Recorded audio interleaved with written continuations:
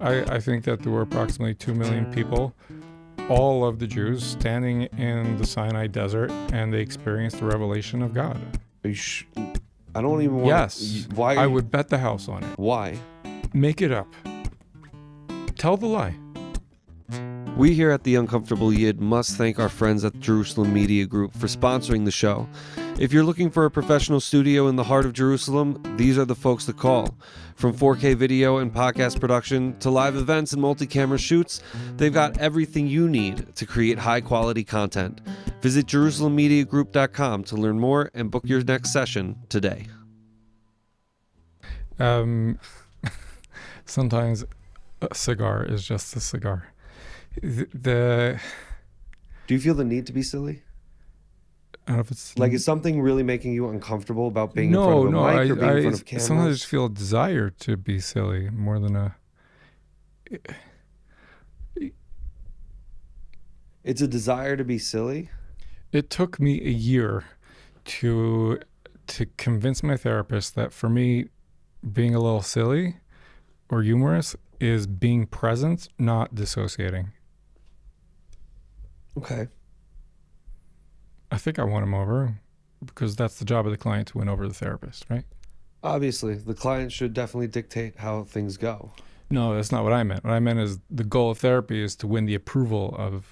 The client should win the approval. I'm being cynical. Of course it's not. That's terrible therapy. Oh, well then I'm just too... That's terrible therapy, but sometimes I think I'm too literal. So you interrupted me and I don't mind. I interrupted you? Yeah, totally. You cut me off. That's fine. But what it was, I feel like it was in the context of the conversation. I think if somebody's interrupting and is trying to take a conversation that's happening and take it in a completely different direction, that you're like, where did that come from? It's like, what are you doing? Okay.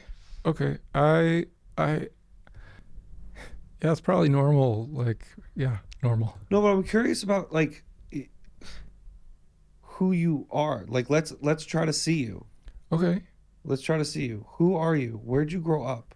What was your family life like? So I still, what's the word? I still like startle? No. I still have a moment of discomfort when people say to me, where'd you grow up? And my knee-jerk desire is to respond by saying, I didn't grow up. I'm still a kid. Okay, so I guess there's something in me that associates growing up with like a negative thing. Like, you know, So what was your family life like? Like growing up is like, I don't know, like giving up or aging out of life. I think you're thinking too much into it. Okay. I think you're thinking too much into it. I don't, yeah. Like, are you a deep thinker? Do you think deep philosophical thoughts? Do you find yourself lost in your thoughts very often? So 3 questions. Well, they've been pent up. Good for you, Haley. Yeah. It's the hardest thing. I know I'm interrupting you, but it's the hardest thing to really be yourself behind a mic. There seems like it's almost like there's an act I'm maybe gonna that you give have to you feel one. that you have to, but it's like, I'm going to give you one. I don't know how much the mic makes it worse or it's just like making me aware of it. Maybe it's an always thing. well, we also have like all these cameras pointed at us, and it's just an assumption that, back to things are assumptions, assumption that people are going to see it. People are going to see you. And how do you want people to see you? I think that if a chameleon is the right word, maybe I think that I don't know if I am different things in different contexts. I don't know if it's like putting on a skin like a chameleon or if I genuinely have different parts of myself and I like, and that's real. That's using the word real, and and that's a real thing. And I didn't answer your questions, but I think you moved the topic away from them. It's fine. I kind of rapid fire questioned you. Okay. Because like I'm curious about how other people think or see the world. Because I understand what it is to be a chameleon. I understand what it is. Like I always used to be scared to have two friend groups of mine meet, because I would act one way with this Yeah, friend group, exactly that. and I will act Right. another way with this friend group. Right. So those lives So clashing was always a fear. is all curating faking? Is all curating faking? What do you mean? If I lean into different parts of myself in different contexts, does that mean I'm always faking, or does it just mean like certain people and situations bring out different But things in leaning me? into yourself is different than acting a different way. Can I give an example? Sure. Um, I'm not a person who never curses, never uses bad words, right? But Why do you have to say it like that? because I don't really believe they're bad. I don't really know if I believe there's very much that's always bad. Um, Are you sure about anything? yeah. What are you sure about? Um, I'm sure that I am a good person. I am sure that I am real, and I am sure that the world is a created world. So you're sure that you're a good person. Yeah. You're sure that you're real. Hmm. And you're sure that there's a creator of the universe. Is that what you said? That this is a created This is world a is the way I created said it, world. but same idea. Yeah. Okay. So I want to start with the middle one. With you're sure that you're real. So if you're sure that you're real, why would you bring up the philosophical question of are we real or not?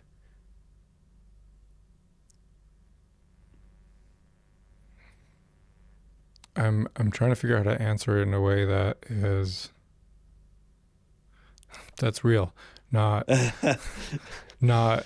understand why I'm asking the question? You're at, I want to answer your question. So first, let me make sure I'm understanding the question. If I'm sure that I'm real, then why does it matter to me what real means and what real doesn't mean? I could have answered your question about are there things that I'm sure of by starting to split hairs and tell you, well, there are days and I'm there are happy you moments, didn't. and I'm happy you didn't. yeah, um, there are things that I'm willing to bet the house on, and that's close enough to being sure. Do you feel that way about Tara as well?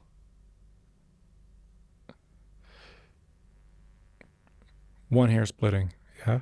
And this more comes from like the therapy Well, part of me I think than the Torah part of me. I think it's important because Again, do you think that we need to that things should be like you gave three really distinct like very point concrete. period answers, right? Yeah. Now that I have those answers, now I feel like okay, now we can split a little bit because there's a foundation and an understanding of kind of where you're standing. But if you're trying to split Okay. hairs with me before I really know kind of where your mind rests and where it sits. Yeah, it's a little bit ironic to be splitting hairs while you're still bald. Yeah, You have amazing hair. I appreciate it. My barber says it's the same thing. um, I'm like, I don't know whether I want to cut it or not. Like, I want to trim up my beard. This is my Omer beard. Wow. Um, Nice. This took me a lot longer than thank you. Omer. Yeah, well, yours is way longer than mine. But yours Do you is comb it? full. Do you comb it? Do you put anything in it? I did for the podcast. Did you actually? It looks shiny. I did for the podcast. Yeah. Psh. I Well, like washed it. I shined it. it creeps up the cheeks. I just want like Mine or yours? no mine. Oh, I see. You don't cheek creep. Not so much. A little bit. No. But like if I could just clean up a little bit, I just feel a little disheveled and caveman-y, like I could do a Geico commercial. You know. Well, right now you got a little bit of the Wolverine thing going on. Yeah. Well, this Which is new for me, not wearing hats. I used to wear hats all the time. that's right. I used to wear hats all the time. And I heard somewhere, someone said people who wear hats are like hiding something or something like that. Like they don't want you to see a full part of them. And I get it because like I feel like I've hid most of my life.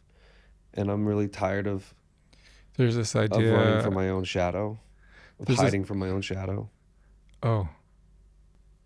I'm okay with being private about parts of myself, my life, For but I sure. don't. But I tired of hiding, Yeah. Yeah, yeah, and yeah. I guess it's just like experimenting to figure out which feels like what. There's a poem, my favorite poem. I'm going to whip it out. I heard this in a great movie, Coach Carter. I'm so happy that you know the poem from a movie. Well, it's by Marion Williamson, but I first heard it in Coach Carter. Not a Jew, Who? Mariam Williamson. I don't know. Would you like to know? I can Google. I'm only asking because in the context of a uncomfortable Jewish podcast. So the quote goes like this. Our deepest fear is not that we are inadequate. Our deepest fear is that we are powerful beyond measure. No, I would not like to continue on Amazon. Our deepest fear is that we are powerful beyond measure. It is our light, not our darkness, that most frightens us.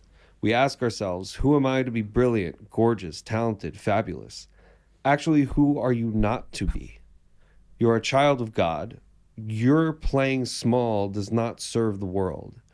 There is nothing enlightened about shrinking so that other people won't feel insecure around you. We are all meant to shine as children do.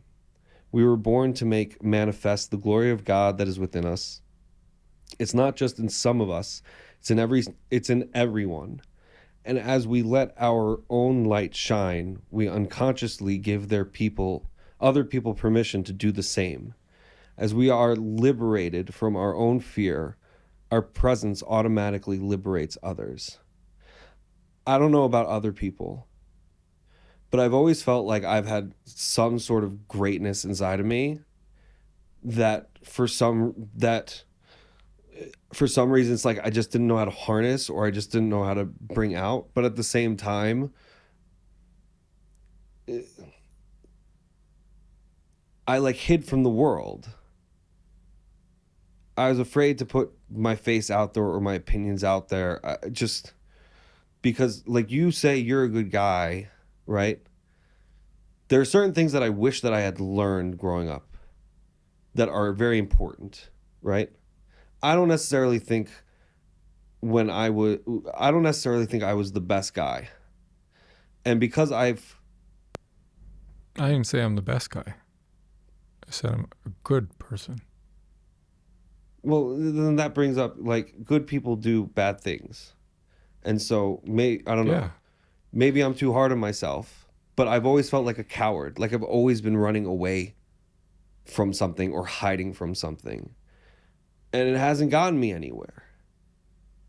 You know, and I feel like more people in this world have such greatness, and this is what I think the purpose, going back to like this is what I think the purpose of life is, because if there is a purpose of life, then I think it has to be universal. Well, Hold on. I think it has to be universal, and I'm curious of what you think. So I think the purpose of life is that a person a person's purpose in life is to manifest their potential to the best of their ability for the greater good of the world. Now, however that manifests is different. But I think when people say, I'm searching for purpose, it's almost as if you're searching for something. You're not searching for purpose. You're searching for the conduit of to which your purpose can be fulfilled. So not not searching for happiness, but the pursuit of happiness. Like it's not, you're not searching for purpose, you're searching for the pursuit of purpose. you're searching for the key of which I can flourish the purpose, right? So a musician, I really like music, and if you watch like guitar, like some crazy guitar play, like there's just something about music that anyway. If a musician if if the purpose of life is just to reach your full potential, but now you have to find the thing to do to reach that potential, right? So maybe not. Let me not take music. Let's take the podcast. Let's take the podcast. I needed to do something. There's a potential that I believe that I've left behind, and that's gone. But there's a potential that I can still put out there, and but for me, the potential has to be in the greater. I have to be serving the greater good, or I guess at least what I believe is the greater good. So if my purpose is to, Can I? yeah, yeah. So I'm Just, talking in circles probably at the current no, I moment. just feel like you're saying it's not enough for you to do something that makes you happy. It has to be enough for something beyond It's not. It's not about your own satisfaction. It's not about happiness. It's about how you, what vessel allows you to make your best better. Is What? it bad if it makes you happy? If you find this thing that's awesome and No, it's purposeful and it does the world good and makes you happy, the fact that you're enjoying it, does it make it less meaningful? no, not at all. I think it makes it Right? It's like the yeshiva conversation about learning Torah lishma, and like if I'm enjoying it, does that mean that it's not lishma? Lishma, like I'm just learning for the sake of fulfilling God's Torah, being connected to it, right? And if I enjoy it, maybe it's less lishma. why. So I'm not from that school of thought, right? I feel like no, the more I enjoy it, the more it's lishma. But there's a conversation, and some would say no, the more you're getting out of it, the less it is for some greater purpose. Right, but but happiness because I If you envision give me a because hundred bucks, I don't care if you were happy to give me the $100 or not happy. In fact, I would feel like I'd like it more if you were happy to give it to me. I'd rather get it from you as a right, gift no, than because I beat you with a baseball bat no, right. I mean, or threw peanuts I at your don't allergy. think people necessarily want to take something knowing that what I'm being given is being given in resentment. If you got to the point where you felt like your podcast was, but no one listened, is that good enough? I don't like the question. I don't I don't like the question Okay. because they're separate for me. Yes, I want people to watch and I want people to listen because that means that for me, that means that I'm doing something right. That means that maybe I'm not crazy. Maybe I am crazy, but there are people who think like me. And the idea that there are people that think like me and agree with me or disagree with me, but are willing to hear and challenge and Yeah. battle means that I'm connecting to the world on a level of which I think many people wish that they could connect to the world. On the other hand, I'm doing this podcast because it's allowed me to, one, converse with people, two, learn, and it's given me a vessel to achieve and continue to achieve it and continue to make my best better because it's not I just started reading or re-beginning to read because I never finished it, Atomic Habits.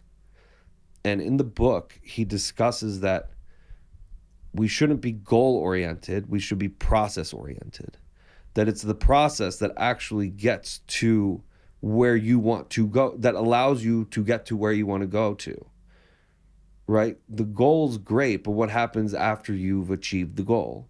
Are you still going to be motivated to continue to do the same things? Or if you achieve the goal, is that it? My want is to be a consistent human being with what I say, with what I believe, with what I do, follow through. Because I've been somebody who has said, oh, I'm going to do this. And I do it for a little bit. And then the passion falls away. And I don't necessarily push myself to continue because that, in that, I don't I don't I feel your craving for like consistency is the word you're using. I don't know if you mean like reliability or stability as like part of that concept, part of like. But for me, consistency has a little bit of death to it Why? because we live in a changing world, and if I'm not connected to that, if I'm utterly stable, right? If I am just a block that never changes no matter what's going on around me, and in one sense that sounds great. It's like the first parak of Tehillim of this tree that's always reliable and it But can't be shaken by but any you're wind. assuming that my consistency has no flexibility. That's what I'm asking. Cons- Because we need I we don't. need as human beings, we need things to change. Change is just a natural. We need both things to change and things to be consistent, right? So there is flexibility within consistency, within. Let me rephrase. I want to be more consistent than I am unconsistent.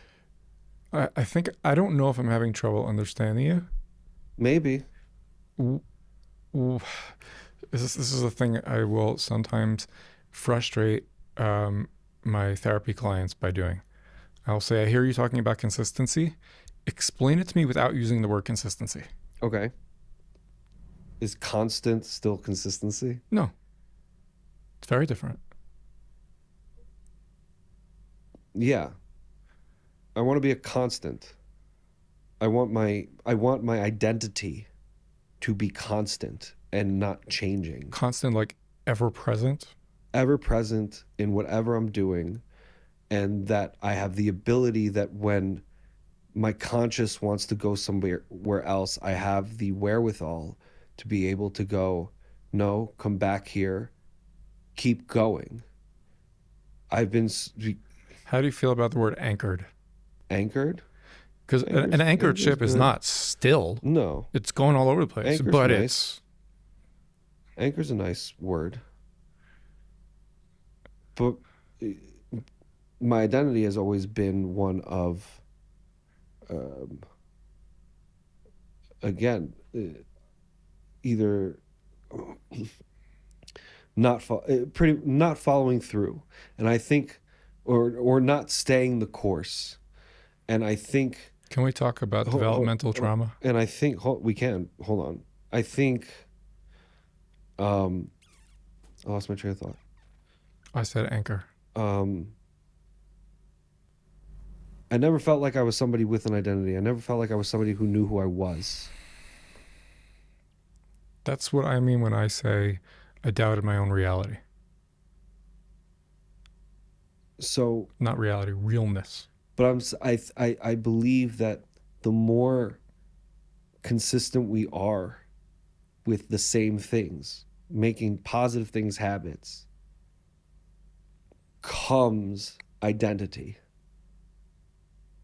Identity, I think, is I think there are people who are very lucky as children that they have had, uh, they have grown up, and we're going to use grown up as from age when you've been birthed till, let's say, 18 and you leave home.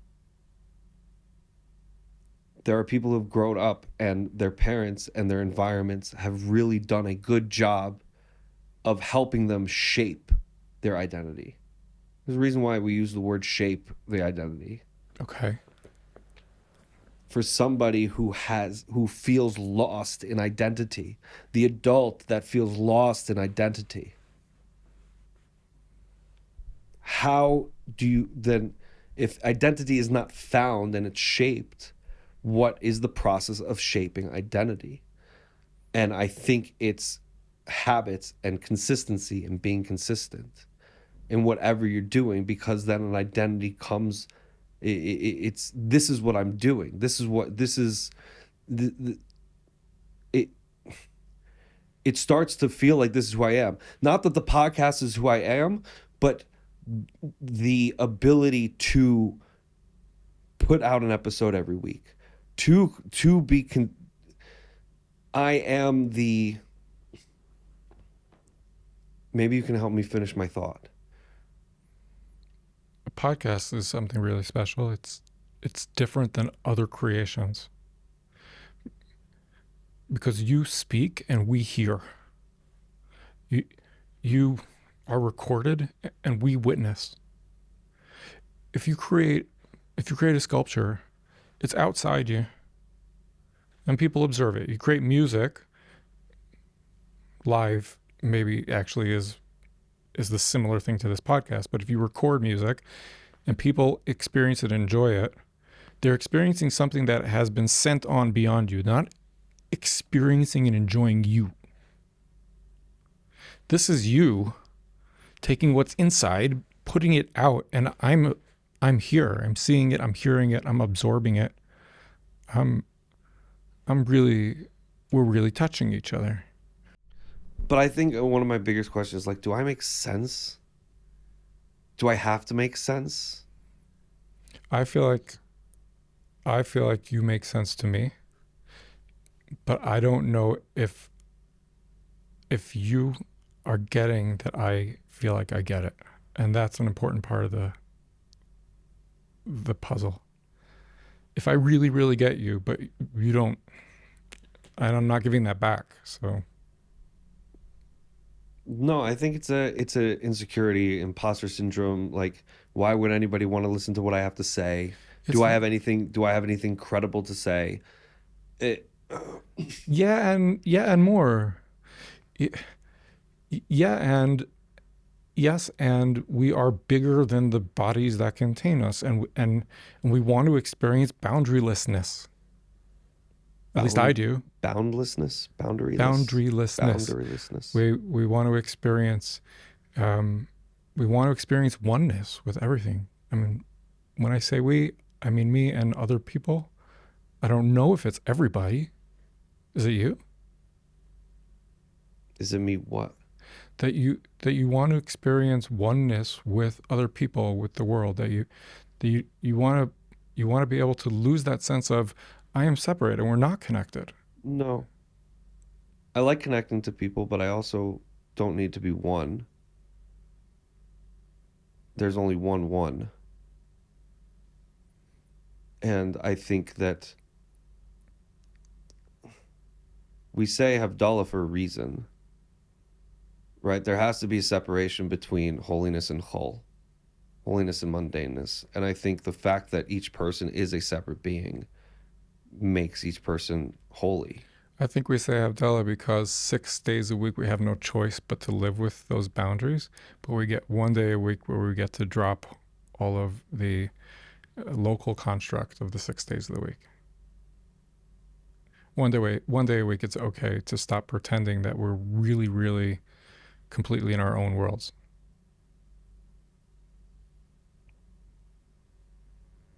I think it's okay that we all live in our own worlds, but I think we have to be respectful of the worlds that each other live in. Like it took me a while to I don't realize agree on I don't think that's the true nature of reality, what. that we are in separate worlds. I believe that the true nature of reality is pure oneness. And experiencing division is a illusion, a delusion. So you don't. So I guess let's. I wonder if we can converge these. I want to play whose thought, whose view of the world may possibly be right. Okay. Can we play this game? I don't know if I'm going to be good at it because I'm not. I don't know if I'm going to be good at it either, Well, but let's see. because I don't know that this is a thing that. Yeah, let's do it. Why not? Let's try. Let's try. Okay. The way I view the world is that I think there is an objective reality. I agree. Game over. I think outside of us is an objective reality. This is a hard table. Again, if I slap you, I was hoping the word objective would come up. you'll feel it. I use this with somebody else on the podcast. Everyone will run into a tree. You won't run through it. You'll hit it. Whatever your experience is in hitting it, whether you get I pleasure know. And out you of had hitting the someone else on the tree. podcast who totally insisted that there's no such thing as a tree that everybody runs into, in different words. This is what I'm saying. But Yeah. I don't believe just because your experience is different, just because you may experience joy when you run into the tree and I may experience pain when I run into the tree, we are both going to end up running into a tree.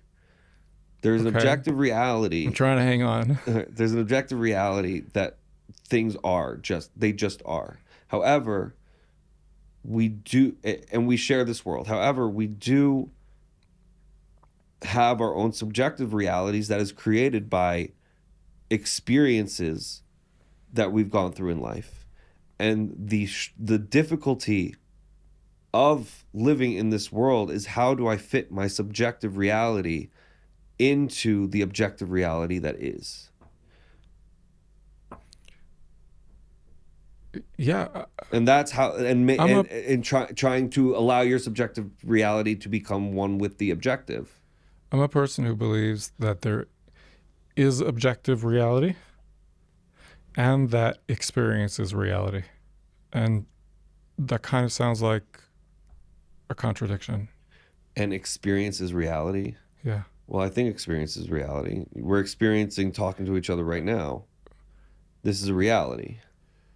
And It may not be a reality for other people because they're not listening to us at the current moment. if I like this conversation and you don't, then for me, the reality is that I like it. Right. And that's my experience is my reality. And there may be an objective reality as well. Um, Do you believe there's an objective reality? yeah, I do. Do you believe there's a subjective I reality? do. Okay, so we're saying the same I things. thought we might be. We're saying the same things. And I still think that the objective reality is that division is illusion. I think division is illusion. Yeah. Why? On the level where there is an objective reality, I believe that the nature of that objective reality is that there is only one bottom line bedrock existence. And everything else is created by that, projection of that is less independently real and therefore less real. So what's the baseline? I believe that there is this thing that most people call God. I don't really care what its name is, but I believe it to be a prime existence from which comes everything else. Why do you believe this? Um, this is something that I could have like done on autopilot for a long time. This was my day job for years.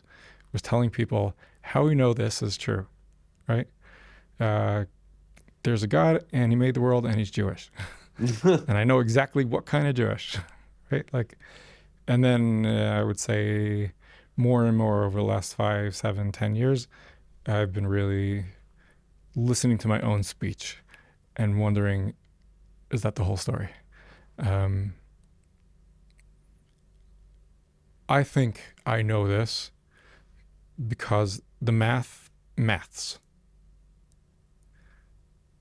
because the story told by the Jewish people is that there was a moment in history, 2,448 years after the creation of the world, where this being, let's call him God, um, revealed himself to humanity.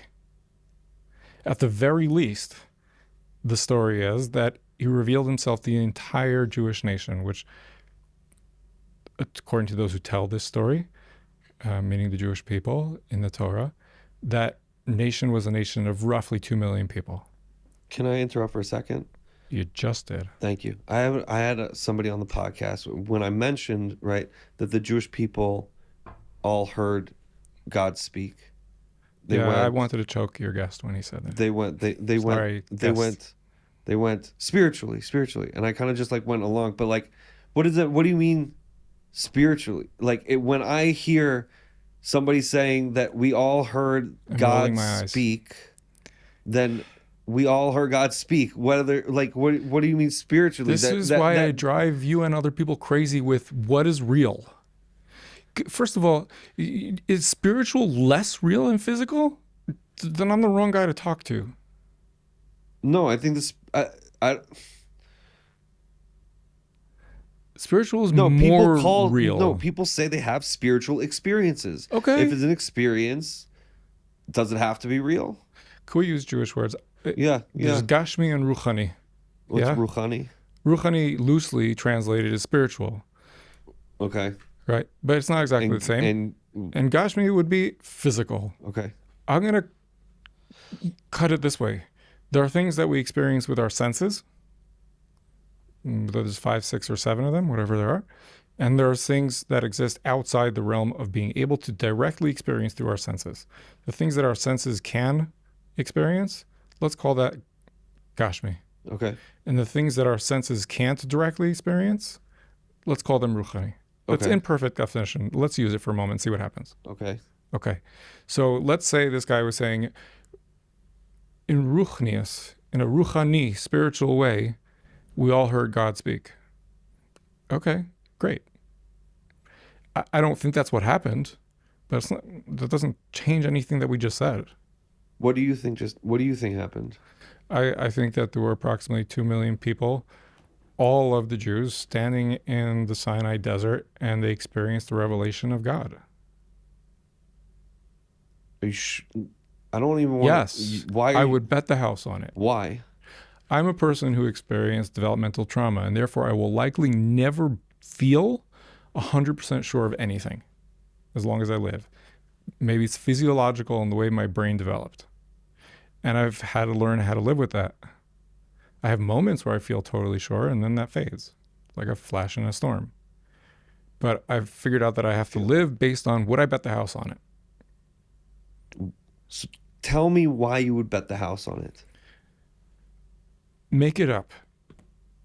Tell the lie. Tell the lie that that 2 million people heard the same thing. At the same time. The same thing Yeah. at the same time. Yeah. Tell the lie. Tell the lie. There is Too many people. Okay. the way Rabbi Lawrence Kalman says it is there's 1.5 people who even have the chutzpah to try to tell the story of the revelation of God that way, right?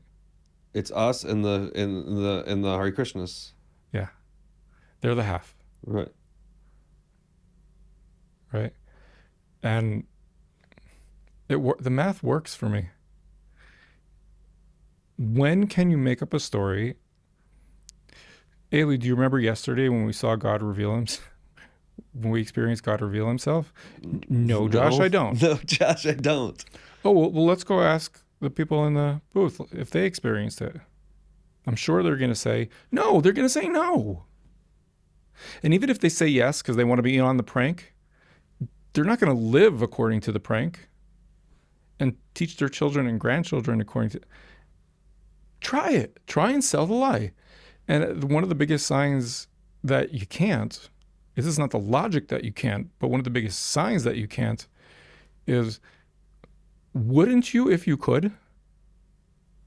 Wouldn't If I? you had a motivation to bring a religion to the world, wouldn't you write the story that millions of people experienced God, not that One person. one person experienced God all by himself or herself? That's how what I would do. Talks about Why? Applewhite theorem. Yeah, he does. Why wouldn't you try to tell the better lie if you're going to tell a lie? I was lucky enough to But why wasn't it one? Sorry. know you. You sure? Really, really, really, really. But why was? When I used to teach this formally, I would start with the following. I would say, ground rules. Okay? What happens if the math works and the conclusion sucks? Are you going to tell me that the math is wrong, or are you going to tell me the math is right, but I can't handle it? What is your level of integrity? Probably the math works and I just can't handle it. Me neither. On some days. And every day to some extent. Because I deal with an inferiority complex. And I feel like good enough is not good enough. Even though I believe that God feels it's good enough. So on some days I wrestle, like I said, some days I wrestle with trying to figure out how to unmath the math. Because then I could feel perfect. And in the God of my making, right, inside my own head, where only perfect is good enough. And on some days I feel like I don't care if it's true, I'm having a blast. I have a question. Yeah, and I'm going to try my best to answer it. I feel like you're explaining to me in a sound way. Something's still not computing. Like, I want to feel this click, this aha of, oh, yeah, I'd bet the house on it too. So what's not computing? What's computing with you that's not computing with me?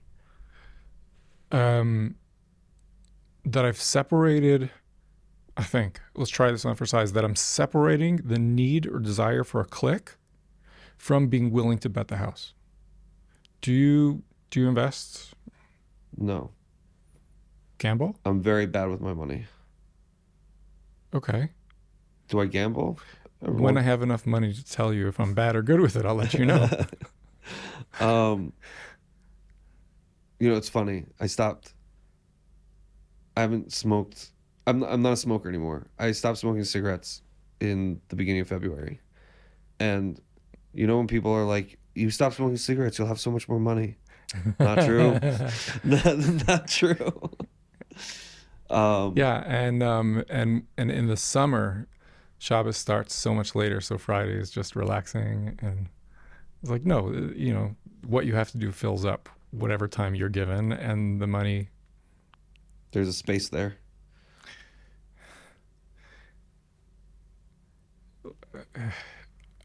I'm gonna shoot you. Okay. Oh, even better. Okay. Even better. I can't believe I just accepted that. I was like, okay. Our job is done here. I'm gonna slap you. I really am. Okay. I really am. Okay. If one of two things happens, you guess. I'm gonna think of a number. If you guess the wrong number, I'm gonna slap you hard. It's gonna hurt. Okay. Okay. You said no safe word. Or if 60 seconds goes by and you don't guess a number. Okay. Give me a second. I'm going to think of a number. Wait. Okay. Before you think of a number. Okay. Pause. Before you think of a number, is this number between something and something? I'll tell you what it's. Yeah. It's between 0 and 5. Between 0 and 5. Hmm? Is it an odd number? What are we doing here? You didn't leave the ground rules. Oh, okay. Am I not allowed to ask questions? Not in this version. We'll do it in the next one. Okay. Okay? I think you just want to slap me. Really not. Okay. I think you're thinking of 3. Wait. Oh. You sorry. have 54 more seconds. Why do I have to wait the 54 more seconds? You ready to make your guess? I just did. I said 3. I really don't want to slap you. Slap me. I don't want to. Okay, I slapped you.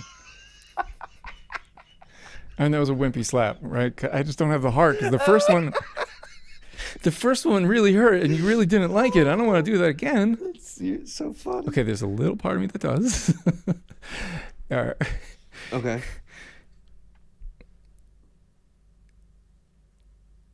Did you feel a click before you guessed 3?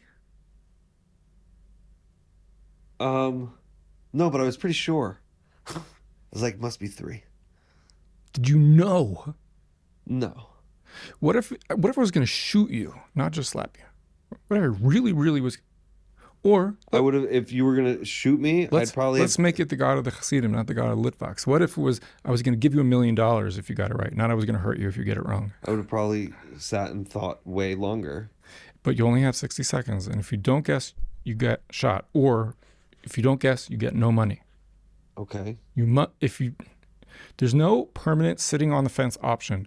You have to make a call, or you anyway experience the downside.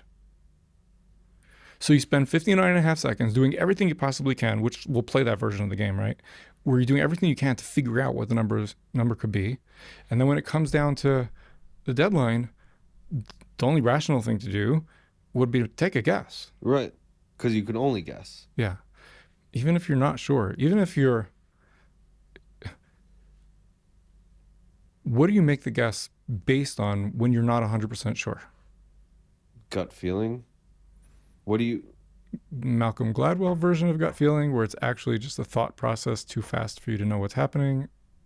Like, if it really matters, right? If your life depends on it, the rational way to do it is to gather up the evidence and say, which way does the evidence lean? Right. If the evidence is 75 one way and 25 the other way, okay, it's not a click, but that's relatively easy. What if the evidence is 50.001% one way and 49.99999% the other way? Which way are you going to guess? It's too close of a. 57, 58, 59. You're not going to guess? Take the 50. Yeah, of course. Assuming we're going to be rational, which this is why I put you through that agony to begin with. There's always going to be an assumption. Who says you have to be rational? I'm not telling you have to be, but if we're talking rational, right? If we're talking like the way we evaluate everything else in our life that's important, or at least we'd like to be people who are rational when it comes to everything that's important. We go with the best possible evidence we have in that moment. The nice thing about this, like religion, purpose, knowledge thing is every moment there's a new decision to be made.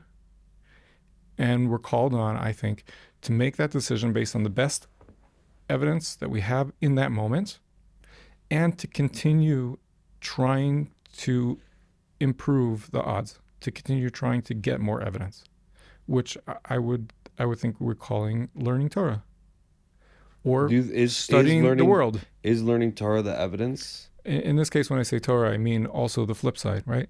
Studying at the very the very foundation of it, Torah or not Torah. Like that, for me, that's also part of Torah. Torah or the alternative. So what I'm saying is, yeah, I crave that click. I crave that level of prophetic knowledge where they just know. Where it's just that it's a aha. Like it's what I had when I realized that there had to be a creator. Have you had or even if it's not about this topic, but moments in your life where it's just an aha. However long that moment lasts for, it's pure certainty. It is and that certainty is one of the best pleasures you can ever feel. Yeah. Yeah. And I want to feel that high when it comes. Oh my gosh. I want to feel that high when it comes to understanding that God gave the Torah. Yeah. I think the pursuit of that high is a very healthy pursuit. And in the meantime, what do we do? Smoke weed every day. Da, da, da, da, da. Da, da. I wanted to finish us, but I got high. Have you finished Shas? No. I haven't even finished Masechta. I don't know what this pull towards Torah is, but there's just some pull. I have like 4 different parts of me that like come to life when I think about answering that question. But like one of them is, of course you feel that pull. You have a soul and it wants to go home, and that's the road home. And there's a part of me that cringes because like maybe I'm going to offend someone when I say that. That's what I believe. I don't know. Line. I think there are many moments of many days or many whole days when someone could look at me and say, "You're not living like someone who believes that it's all about taking your soul home." Like, yeah, al chet shechatati, you're right. But that's absolutely what I believe. I think that like that's Yeah, your soul is craving to phone home. Do you think we as Yidden need to start talk when there are a lot of people who are out in the public, especially when they do um, like Israel advocacy and really trying to hammer home that Israel is the home of the Jewish people. Do you think that as Jews we need to start talking more like Jews from the Torah in regards to the fact that HaKadosh Baruch Hu gave us the Torah and gave us this land, rather than uh, talking points of 1948 and we've given them land and they didn't take it and they keep attacking us and we keep winning. I don't know if I understand the question. Are you asking that when it Like, comes why to don't we Israel, just why don't we just say, and maybe there are people who say this and I haven't heard them, but why don't people just, someone says Israel's not your land, it's Palestinian land, why don't we just say you're wrong, God gave us this land and I'm going to stand on funny that. story, you know who said that? Who said that? Ben Gurion, when he stood up in front of the world and the world asked him, why should we give you guys the land of Israel? One of his arguments was the biblical imperative because God said so. And it was an interesting time in the world where the world was uh, into monotheism enough where that worked. But I think it needs to be, I believe that we're fighting against people who really believe. But leave Hold, Israel. hold, hold Leave on, Israel. hold on, hold on. I think we're fighting against people who really believe that they're doing something in the name of God, and they are not afraid to say that they are doing something in the name of God. So It's why should incredible. we as Yidden be afraid to say, I'm sorry, but the creator of the universe gave us this land, it is our birthright. And if you think you can take it from me, come try. But understand that God's with us, and I'm not going to shy away from that anymore. I'm not going to do all this political BS roundabout kind of stuff. Because at the end of the day, the ultimate decision should, if you're really saying that you believe in God, at the end of the day, then His will should be it. Period. There's two reasons I think that we don't do it, and I don't think either of these reasons are good enough. I think we should. I think there are people who do. If you go to Hebron, it's full of people who say, I am here no matter what you say, no matter what you shoot at me, because I believe that God gave me this place, right? But a lot of people don't say that or won't say that. I think one is um, it won't work. Who are you saying it to and for what purpose? You're saying it to our enemies? They Right, but know it more saying than we do. but They saying don't that care. but you saying that it won't work is just fear of the future. You're assuming something. You're I'm not telling you that I I, agree I'm with it not, won't no, no, no, work. and I'm not I'm telling saying you that's you, one I'm of the just saying reasons you not in the say. general. If you stand up in the UN today and say, stop condemning us, God gave us this land.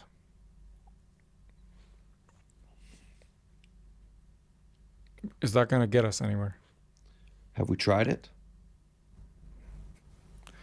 No. Have we tried it? So let me give you a reason too. I think the worst one of the worst sins for people who consider themselves decent today is I don't agree with this. People are terrified of being hypocrites. How can I stand up and tell the world I believe God created the world? He spoke to us and said, "These coordinates, these people." When the other 612 of what it says in that same book, not so into. It's okay to not be into them, but I can't be a hypocrite, right? I don't know who's in charge of the UN today, I feel like you're but only a hypocrite if you continue, if you're doing things consistently that you're preaching against, right? But if you've done things and you're actively changing, yeah, but I don't want to actively change. Well, that's your problem. Uh, Rabbi David Kaplan Just showed saw him us. today. Cool. Kind of. Yeah. Just It's a thing that humans do. I don't always understand why. hmm. Where I mention someone and you say you saw him. It just happened to be. Again, another ASD moment. uh, he he should gave us this. He gave out this article written a bunch of years ago, before, I don't know, smartphones were invented. Who knows exactly what year? Written by an Israeli journalist in the Hanukkah season, a secular Israeli journalist, published in secular papers in the Hanukkah season, basically saying if Hanukkah was happening now, the majority of Jews would side with the Greeks. Would we risk our lives to study Gemara, Rashi, Tosos, and instead of going to the amphitheaters? Today? Yeah. Probably a small amount. Majority? No. Probably not. I love And going we're to football. I and really want to go to the so Super Bowl sometime. yeah, Fly Eagles fly. there are a lot of things that I like that I don't know if the Maccabim would have like felt comfortable with me doing in their homes. Right? So which Jews are we saying, why don't you get up and tell the world there's a God and he gave me this land? And he said, we're tzitzis.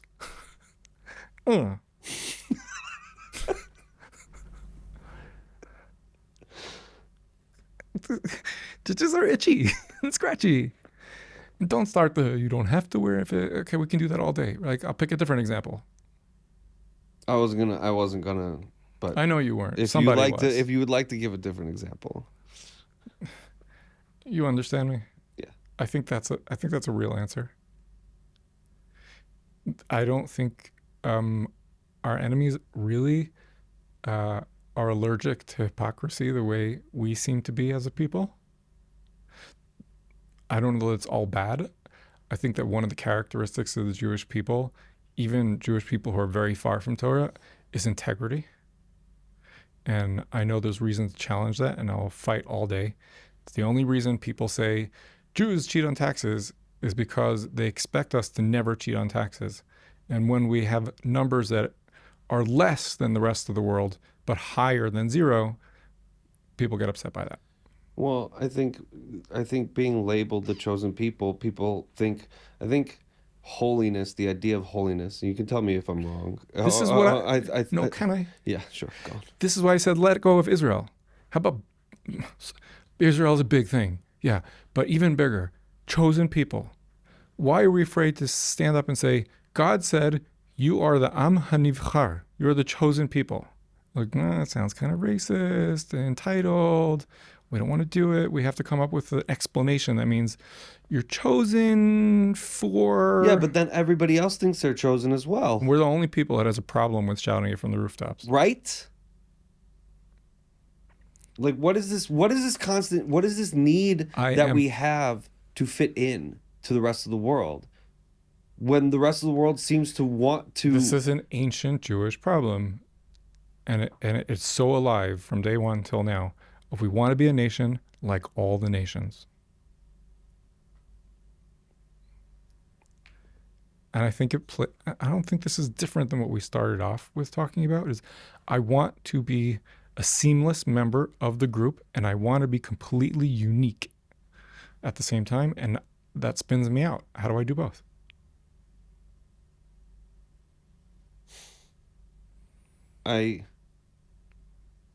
When I feel totally okay with being me, I feel thrilled by this kind of, it's not, angst is not the word, because it's not what it feels like. I feel thrilled by this challenge. When I feel less okay with being me, I feel terrified by this challenge. I only feel less okay by being me when I'm not doing the things that I believe that I'm supposed to be doing. Yeah, but you're a human being, not a human doing. So why is doing so important to you? Why is doing so important to me? Yeah, why are you not okay with being? I'm okay with being, but part of my being is doing. I have a Yekisha mother. Otazoi. I don't know what that is. Well, it's Yiddish, not German, but like, yeah, exactly. You have a German mother. Like, because you come from a heritage that says, don't just stand there, do something. Right, But because there's I also a believe part of Yiddishkeit that says, you don't have to do a thing. You're already awesome. that's cool. Yeah, That's awesome. it's amazing. But I And one day a part week of we get being that. is One day a week doing. we get that. 6 days a week, you're a human doing. 1 day a week, You're a human one day being. a week, you're a human being. Because you have to know that even if you accomplish zero, you are still at the core and the top of the entire creation.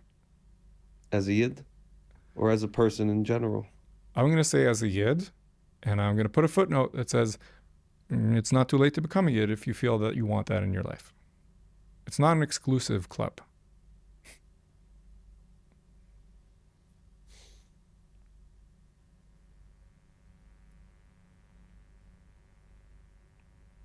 It's pretty cool. I really like being Jewish. There's something about it. I think we're the luckiest people in the world. And I used to want to change that. I used to want to trade it because bacon's delicious. And Yeah. like I'm like but at the same time, I don't even know how to explain it. I Unless there's think more being you'd like to. I think being a human being, being a person, is innately using the word wrong, but a kind of schizophrenic experience in that we have clashing identities fused together to make us who we are. We're body and we're soul. And I think that being a Jew is that even more so because the soul in us is even more souly and the body in us is even more body. See, it's so funny because people will hear that Yeah. and be like, "What do you mean your soul is more souly than mine?" Sign up, try it out. That's kind of like my thing. But that's the thing also, I don't know that only we heard God speak at Sinai. No, isn't it? There's a midrash that like Multiple. but a midrash that I heard. You can't quote a medrash. A medrash is not a real Torah. Really brought to you by the same people who wrote the Mishnah. And the Mishnah is the oral Torah that was spoken to Moses and given to the Jewish people, put into writing. It's not a lesser Torah. It's not of younger origin. It's the same stuff. So there's a Mishnah. There's a midrash, right, that says that um, there are there were people from other nations that agreed to keep the Torah, He asked the and other nations, "You want this gift of mine?"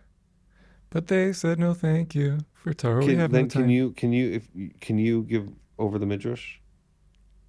No, no, please. I think you'll do it. You'll do it more justice. God said, "Anybody else want to join the club?" Common misquote. God didn't say, "Who wants the Torah?" and went to all the other people. He said, "The Jews are in, whether they like it or not. That's between me and them. Anyone else want to join?" So he approached the nations. Um, Maybe it was only spiritually. Oh no. He went to he went to the other nations and said, Ragging on my other guests, man. I'm about to bring Torah down." Well, you told me to. I didn't tell you to rag on my. Did I? Am I ragging? I never even listened to any of your other episodes. How could I be ragging on your guests? Yes, earlier I said I did, but now I'm saying I'm not, and truth is subjective. Yeah. Okay. Continue the midrash. God went to the nations and offered them Torah. And they said, "What is in the Torah?" And God gave them examples. And they didn't like the examples. God said to one people, Torah says, "No murder." And they said, "But we love murder." And we don't want the Torah if that's what. So he went to another nation, and the other nation said, "What's in the Torah?" And he said, "No bacon." And they said, "But we love bacon." And God said, "Okay." no harm, no foul. You don't have to take it. It's okay, right? And so he came back to us and said, "It's just us, folks. Let's do the show." You know, and he gave us Torah. But there's also another measure that says that when the whole, I mean, the giving of the Torah was the greatest like pyrotechnic event in the history, the existence of Man. the world of man, right? Flame and smoke and synesthesia, which is not the same as what it was, but it's what people might call it today, right? Seeing sounds and hearing images. Um, the entire world shook, right? There was not a place in creation where you could miss that something was happening. So, in multiple ways, I think it's fair to expect a human being to not to obey his biology, but to be aware of it. And if your fight flight centers are going off like crazy because mountains are crumbling and there's the sound of a shofar blast tearing apart the heavens throughout the world, you kind of, it's fair to expect a person to look up and say, what's happening? Just like Avram Avinu did. He didn't even need it to be that powerful. He was sensitive to the more subtle version of there's a world and the sun comes up and it goes down and I can drink water and quench my thirst. How did all that happen?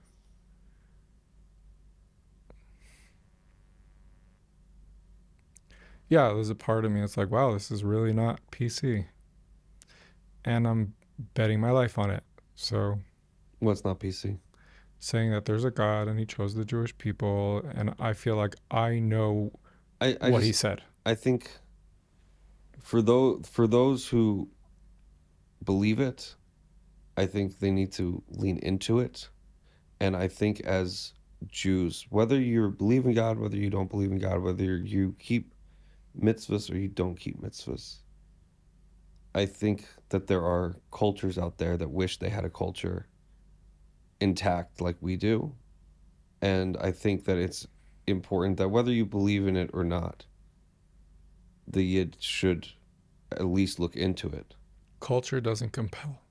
It adds flavor, but it But what's the Jew like? Do you think this is a question that I have, and I don't know if I one of ever, my one of I my don't, I Rebbeim don't know. said, Hold "Do you on, think that a person should be I compelled to eat egg salad on Humpty Dumpty's Yortzeit?" it's funny.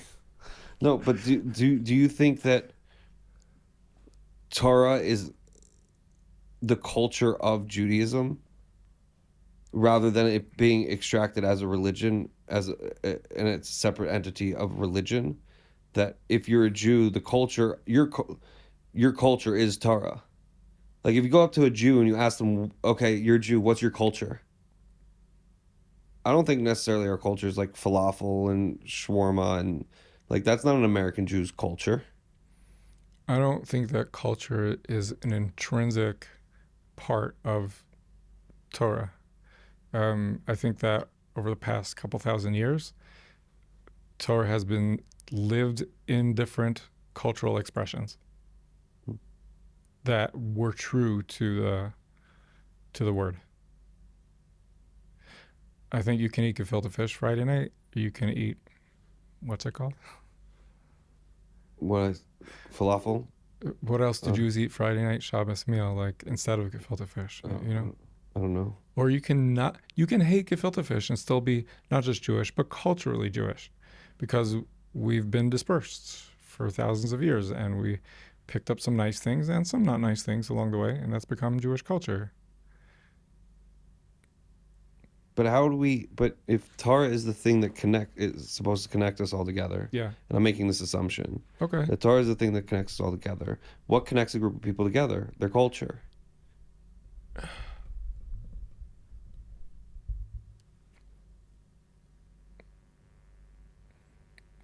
Tefillin is a central. Um, Would you not say tefillin is part of Jewish culture? so that's what I'm asking myself: is tefillin a cultural thing in addition to being everything else that it is? Right. They don't have to be exclusive. If it was only cultural, I don't think I could fairly tell a Jew you should put on tefillin. Just like I don't think I could fairly tell a Jew you must eat gefilte fish. No. But I think you could say that I understand maybe you don't believe the aspects, the spiritual aspects of it, but understand this is our culture that, people we've held on for thousands of years, and people have died for this culture.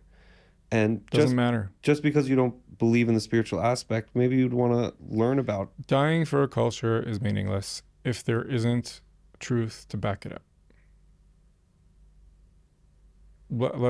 Is the For me, truth this is is the for truth me. not held in the dying?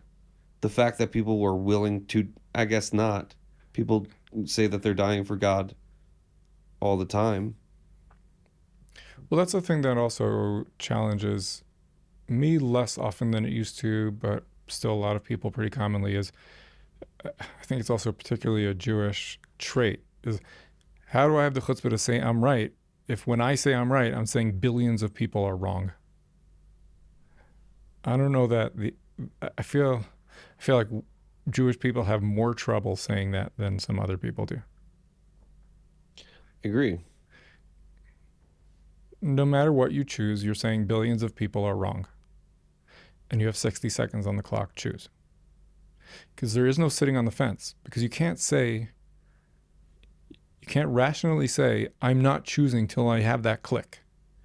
Well, what are you eating for lunch? Are you putting cheese on the burger or are you not? No, so I won't eat burgers. I'll only eat vegetables. Okay, are you going to make a blessing before you eat it or not?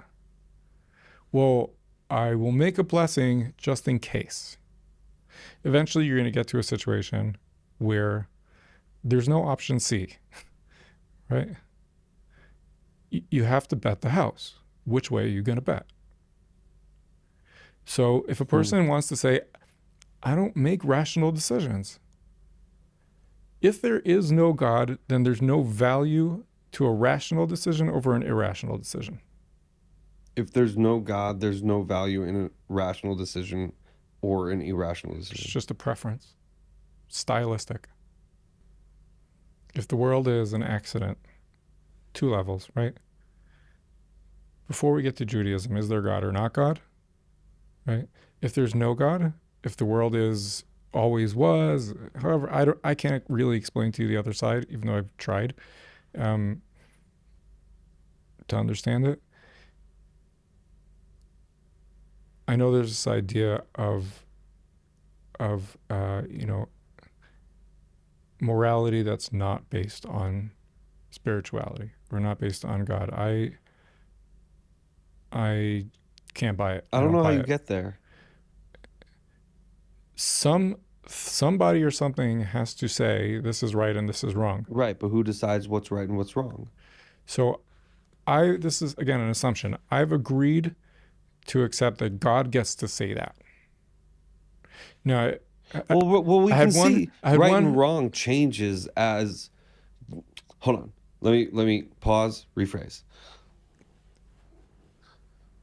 Right and wrong based on mankind's judgment changes and has changed throughout the centuries, right?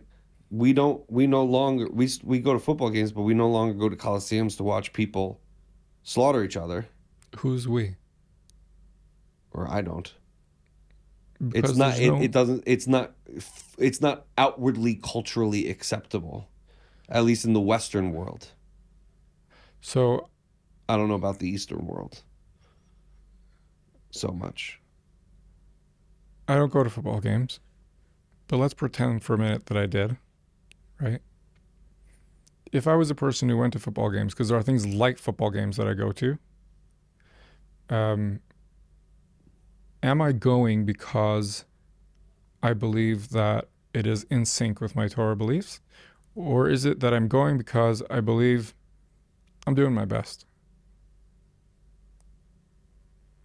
Would it be better for me not to go? If I'm a person who can be healthy without going, maybe. But that's so many ifs. Svek, svek on, svek, like,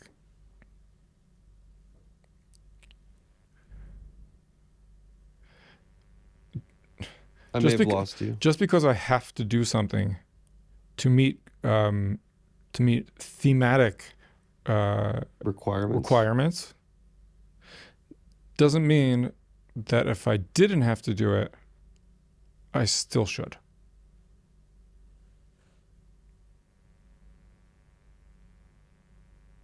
Uh, I eat pastrami sandwiches. Would it be better if I didn't? Probably. Does the Torah say that I should watch my health very carefully? Yes, it does. How do I put all that together? I'm a person who believes in Torah, and the Torah says you're supposed to guard your health, and yet I eat things that are unhealthy. Does that make me a hypocrite? A little bit. I don't know. Or does it just make me a human who's trying? I don't know, watching your health can lie under so many different things. It could watch where you eat. It should be Yeah, exercise. Like just because you eat the pastrami sandwich doesn't, like, if you're eating the pastrami sandwich and you're just sitting in bed and shoveling pastrami sandwiches into your face, yeah, my probably you're being a little bit of a hypocrite. one of my But most but one of my most preciously held goals is to stay a person who, when I do what I think is the wrong thing, I remain with the knowledge and the belief that it's the wrong thing, not that I redraw my beliefs in order to make it okay to do it. heard, does that breed guilt? Sometimes. Yeah. Is guilt bad? Guilt is bad if it's No, shame, but I don't know if guilt, regret, shame, they're words that I really don't know all the time what to do with. I feel like guilt is exactly what you're saying. It's, I've done something wrong that I know is wrong. I'm not redrawing the line to say that it's right, and I'll try to do better next time. But I feel guilty that I did something that has gone against my values or something like this. Can you be guilty and not be bad? Can you be guilty but not be bad? Here, I I have throw it. water. No, I throw the cup across the room, right? Yeah. So it's not nice, right? It's filled with all this great stuff, and I made a mess. I'm guilty. I did it, and let's use the word. It's kind of bad. Like it's Yeah. definitely not nice, not good, right? Yeah. Okay, let's say I have Tourette's and I suddenly had a twitch and I smacked the glass and it flew across the room and it made a mess. It's different. I'm guilty of it. I did it. Right. I did it. But Right. I did something bad? Am not really. No. Did the thing One cause? has intention and one That's what doesn't. I mean. That's what I mean. And sometimes it's really hard to know. Like, could I have done differently? But I can't live in a state where I'm always second guessing every single thing. So I have to allow myself a certain degree of forgiveness just so I can function. And I believe that the greater theme is to function. I don't think that MS and truth are the same things exactly. I don't think that MS and real are the same. I think we always must be emistic. I don't know that that's always going to fit the strict definition of true and real. Yaakov Avinu certainly knew how to tell a lie, but he was the Isha MS. Hmm. I don't think he would have told you, no, no, no, I really was telling the truth. I'd like to believe he would have told you, no, I told a lie because that was the right thing to do. And that's MS. I want to tell you my garden story that I started with. Your garden story. One guy is the guy in the maze and the guru in the tower who guides him through. Mm-hmm. That's wonderful. I never went by rabbi because my version of sharing Torah was we're both lost in the maze. Let's collaborate so we don't keep repeating the same mistakes so we can teach each other. I learned more from books, and you learned more from your life experience. We're not more different. I maybe because I had guru level people in the tower in my life, so like that is a person who has actual clarity. And don't mistake me for that. That's like rule number one. If you want me to teach you something, Hmm. know that it's coming from a guy who's lost in the maze with you. One of the worst experiences that I had to go through, it was also in a way one of the best experiences I had to go through. Like one of the most um, affirming experiences was when I had to raise money to take myself for help. And all the time that I was telling people, I'm not a rabbi, I'm not a guru, I was asking myself, well, maybe it's just a modesty, false modesty thing that I say, right? But when I got to the place of needing help and I really did experience being lost in the maze and I was still me, that was so affirming to know like I wasn't faking it all along. When I said I'm lost with you, I was being genuine.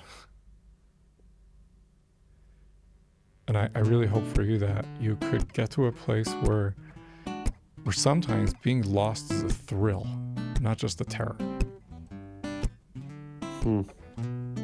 Amen.